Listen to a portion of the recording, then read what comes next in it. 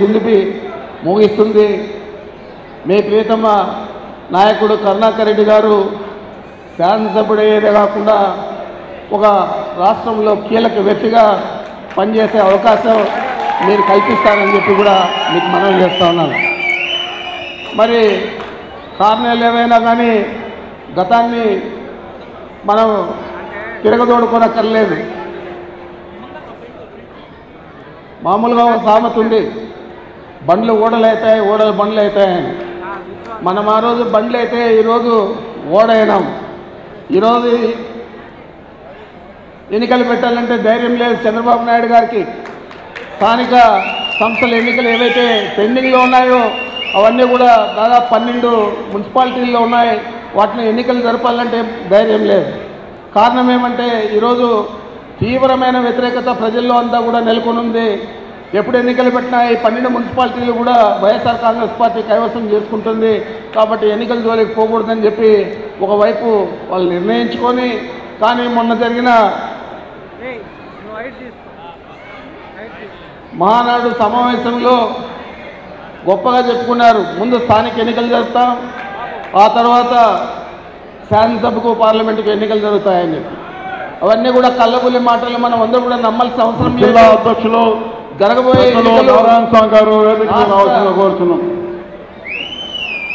రాష్ట్ర శాసనసభకు పార్లమెంటుకు మొట్టమొదటి జరుగుతాయి తప్ప ఆ తర్వాతే అన్ని స్థానిక సంస్థల ఎన్నికలు కూడా జరుగుతాయని చెప్పి మీ అందరికీ కూడా తెలియజేస్తా ఉన్నా. తప్పకుండా మనం రాబోయే శాసనసభ పార్లమెంటు ఎన్నికలకు సమాయత్తమయ్యే విషయంగా ప్రతి ఒక్కరూ కూడా కృషి చేయాలని చెప్పి మీకు మనవి చేస్తా ఉన్నాను. ఈరోజు మన నాయకుడు, మన పార్టీ అధ్యక్షులు, ఈ రాష్ట్ర శాసనసభ ప్రతిపక్ష నేత వైఎస్ జగన్మోహన్ రెడ్డి గారు ఏ విధంగా అయితే గత ఎన్నికల్లో మేమందరూ కూడా అనేక విధాలు ఆయనకు నచ్చజెప్పడం జరిగింది. అయ్యా మనం 1 లక్ష రూపాయలు రైతు రుణాలు మాఫీ చేస్తాం, ఇది చాలా ప్రభావితం చేస్తుంది రాష్ట్రంలోని ఓటర్లందరినీ. అక్కడ తెలంగాణలో చంద్రశేఖరరావు గారు కూడా 1 లక్ష రూపాయల వరకు మాఫీ చేస్తా అని చెప్పారు. మనం చంద్రబాబు చెప్పినట్లు బంగారు రుణాలు, రైతు రుణాలు, అన్ని రుణాలు, ట్రాక్టర్ లోన్లు, క్రాప్ లోన్లు అన్నీ మాఫీ చేస్తామని చెప్పి ఆయన ఏ విధంగా చెప్తా ఉన్నాడు అదంతా కూడా చెప్పనక్కర్లేదు. కేవలం 1 లక్ష రూపాయలు మనం మాఫీ చేస్తామని చెప్పి ఎంత ప్రాధేయపడినా నిర్బంధంగా ఆయన తిరస్కరించడం జరిగింది. మరి ఈరోజు అనిపిస్తూ ఉంది, మనం ప్రతిపక్షంలో ఉన్నా కానీ జగన్మోహన్ రెడ్డి గారు ఆ రోజు చేసిన నిర్ణయం సరైనది అని చెప్పి మనం 1 లక్ష రూపాయలు రుణమాఫీ చేస్తామని చెప్పినా కానీ ఈరోజు ఆ పరిస్థితి మనకి చంద్రబాబు కంటే అధ్వానంగా మన పరిస్థితి ఉండేది. ఆ 1 లక్ష రూపాయలు మాఫీ చేయాలన్నా కానీ 54,000 కోట్లు మనం మాఫీ చేయాల్సి వచ్చేది. అంత డబ్బులు ఈ ప్రభుత్వం దగ్గర లేదనేది మీ అందరికీ కూడా తెలుసు. ఈరోజు చంద్రబాబు నాయుడు గారు ఎన్నికల మేనిఫెస్టోలో దాదాపు 100 పేజీల బుక్లో 1000 అబద్ధాలు చెప్పడం జరిగింది.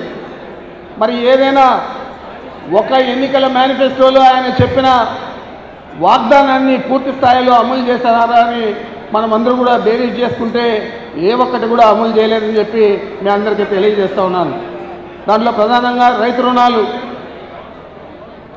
దాదాపు 80,000 కోట్ల పైన రైతు రుణాలు మాఫీ చేయాల్సి వస్తే 9,000 కోట్లు మాఫీ చేస్తే కేవలం 7,000 కోట్లే రైతులకు చేరాయి. కారణాలు ఏవైనా కానీ బ్యాంకులు ఆంక్షలు విధించి ఆ 2,000 కోట్లు కూడా చెల్లించలేదు. మరి 7,000 కోట్లతో 84,000 కోట్ల రైతు రుణాలన్నీ కూడా మాఫీ చేసినా అని చెప్పి చెప్తున్నాడు.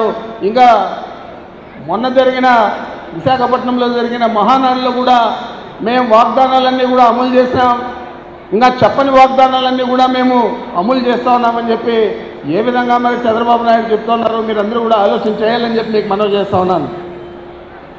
మరి ప్రధానమైన రైతు రుణాలు మాఫీ చేయలేదు. మహిళా సంఘాలకు మీ రుణాలన్నీ మాఫీ చేస్తామని చెప్పాడు. ఆ రోజు 14,000 కోట్ల చిల్లర ఉన్నాయి, అవి కూడా మాఫీ చేయలేదు. కేవలం ఒక్కొక్క సంఘానికి 3,000 చొప్పున, ఒక్కొక్క సంఘ సభ్యురాలకి 3,000 చొప్పున 2 పర్యాయాలు ఇవ్వడం జరిగింది. మరి ఏ మూలకు వస్తాయి? వడ్డీకైనా సరిపోతుందా? సరిపోయే పరిస్థితి లేదు. ఈరోజు రైతు రుణాలను తీసుకుంటే ఆయన 7,000 కోట్లు 9,000 కోట్లు ఇచ్చినా కానీ దాదాపు 1,25,000 కోట్లు వడ్డీ మొదలు కలిసి రైతు రుణాలు ఉన్నాయని చెప్పి మీకు మనవి చేస్తున్నాను.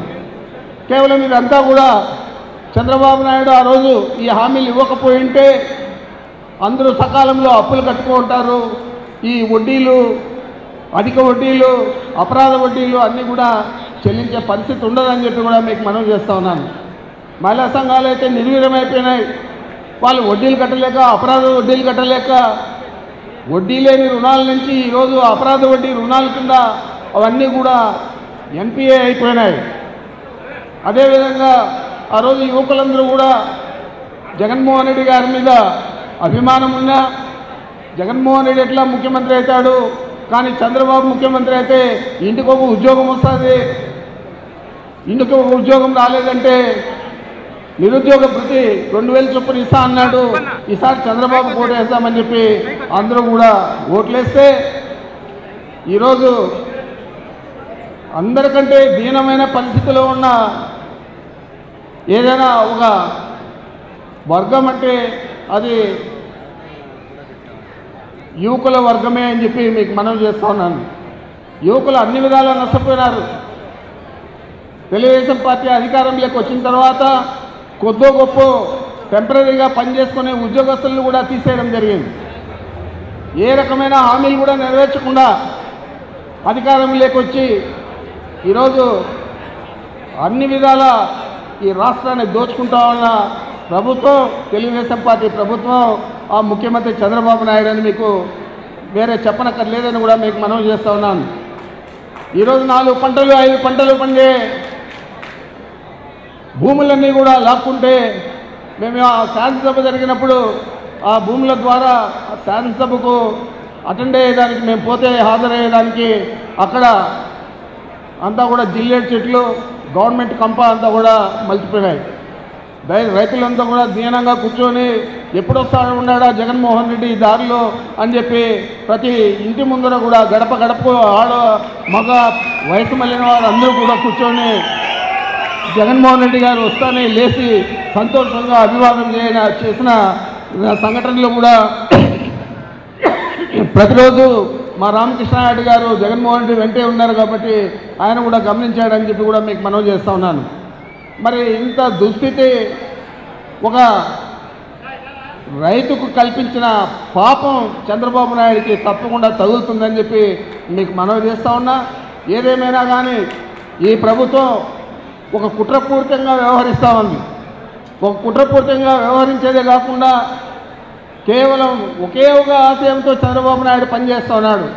నేను నా కుమారుడు పదవి వస్తే నా కుమారుడికి, ఆదాయం వస్తే నాకు నా కుమారుడికి, ఈ రకంగా పనిచేస్తూ ఉన్నాడు తప్ప తెలుగుదేశం పార్టీలో కూడా నిస్వార్థంగా పనిచేసిన ఏ నాయకుడికి కూడా న్యాయం జరగలేదనేది వారి నుంచినే మనకు తెలుస్తూ ఉందని చెప్పి కూడా మీకు మనవి చేస్తూ ఉన్నాను.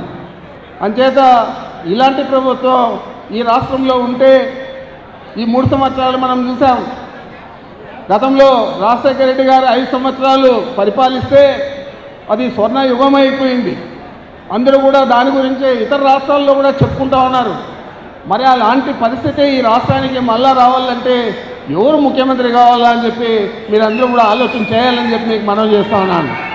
ఏదైనా ఒక నిబద్ధత గల వ్యక్తి, మాట మీద నిలబడగలిగే వ్యక్తి, చెప్పింది చేయగలిగే వ్యక్తి ఒక జగన్మోహన్ రెడ్డి గారే తప్ప ఈ రాష్ట్రంలో ఏ నాయకుడు కూడా లేడని చెప్పి కూడా మీకు మనవి చేస్తూ ఉన్నా. దీనికి మీరందరూ కూడా చూస్తూ ఉన్నారు. 1 లక్ష రూపాయలు రైతు రుణాలు మాఫీ చేయమంటే కూడా నేను చేయనని ఆ రోజు చెప్పడం అంటే నేను రాజశేఖర రెడ్డి గారి కుమారుడు, రాజశేఖర రెడ్డి గారి కుమారుడిగా ఏదైనా చెప్తే అది చూచా తప్పకుండా చేయాల తప్ప తప్పుడు మాటలు చెప్పి అధికారంలోకి రాకూడదు, ప్రతిపక్షంలో అయినా కూర్చుంటాము అని చెప్పి ఆయన ఆలోచన చేస్తున్నాడు కాబట్టి ఆ రోజు చెప్పలేకపోయినాడనే విషయాన్ని మీకు మళ్ళీ గుర్తు చేస్తూ ఉన్నాను. అంతేతే ఏదైనా రేపు రాబోయే ఎన్నికల్లో జగన్మోహన్ రెడ్డి గారు ఏ మాట చెప్పినా కానీ తూచా తప్పకుండా అమలు చేస్తాడు. ఆ అమలు చేస్తాడనే హామీని మనం ప్రజల ముందరికి తీసుకుపోవాలా, అందరినీ కూడా మనం కలుపుకొని పోవాలా, అన్ని కులాలు వర్గాలు అందరినీ కూడా కలుపుకొని పోవాలా. ఏదో కులానికి కొమ్ము కాసే విధంగా పరిపాలన జరగదనేది కూడా మనమందరూ కూడా ప్రజలందరి ముందరికి తీసుకుపోవాలని చెప్పి మీకు మనవి చేస్తూ ఉన్నా.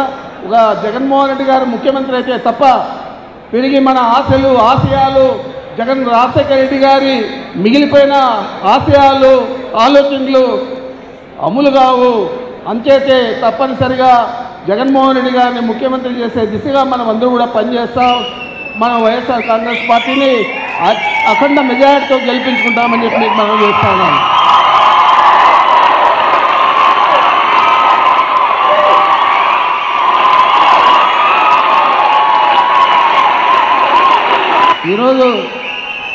ఈరోజు పరిస్థితి చూస్తే తిరుపతి పట్టణంలో మేమంతా కూడా ఆలోచన చేశాం గత ఎన్నికల్లో అత్యధిక మెజారిటీ ఇస్తారు ఇక్కడ అని చెప్పి. కారణం ఏమీ లేదు, చంద్రబాబు నాయుడు ఇచ్చిన తప్పుడు హామీలు, ప్రధానమంత్రి అయిన మోడీ గారు సాక్షాత్తు తిరుపతికి వచ్చి చెప్పిన తప్పుడు మాటలు, అంతకంటే ఎక్కువగా ఏమీ ఆలోచన లేకుండా ఏ పార్టీ అనేది కూడా తెలియకుండా ఏ సిద్ధాంతాలు ఉన్నాయని తెలియకుండా పవన్ కళ్యాణ్ గారు వచ్చి ఇక్కడ ఇచ్చిన హామీలు ఇవన్నీ కూడా ప్రభావితం చేసి ఇక్కడ ఉన్న ప్రజలందరూ కూడా తప్పుడు నిర్ణయం చేస్తారని చెప్పి నేను మనవి చేస్తున్నాను. ఈసారి అలాంటి నిర్ణయం చేయకూడదు. తిరుపతిలో ఏదైతే మనకు ఇబ్బంది కలిగిందో అలాంటి ఇబ్బంది కలగకుండా ఈ జిల్లాలోనే అత్యధిక మెజారిటీ వచ్చే విధంగా మీరు పనిచేయండి. ఈరోజు చూస్తే అధికారులందరూ కూడా ఈ ప్రభుత్వానికి వ్యతిరేకంగా ఉన్నారు. వ్యాపారస్తులు ఎవరు కూడా మనకు ఓట్లు వేయలేదు గత ఎన్నికల్లో. ఈరోజు పరిస్థితి చూస్తే వ్యాపారస్తులందరూ కూడా 100% తెలుగుదేశం పార్టీకి వ్యతిరేకంగా ఉన్నారు. మరి అగ్రవర్ణాలకు చెందిన బ్రాహ్మణులు కానీ వైశ్యులు కానీ వీళ్ళందరూ కూడా వ్యతిరేకంగా ఉన్నారు. మరి వీళ్ళందరినీ కలుపుకొని పనిచేసే బాధ్యత మన కార్యకర్తల మీద మన భుజాల మీద ఉంది. ఇవన్నీ కూడా సాధిస్తే తప్పకుండా తిరుపతిలో అత్యధిక మెజారిటీతో కరుణాకర్ రెడ్డి గారు శాసనసభ్యుడు అవుతాడు.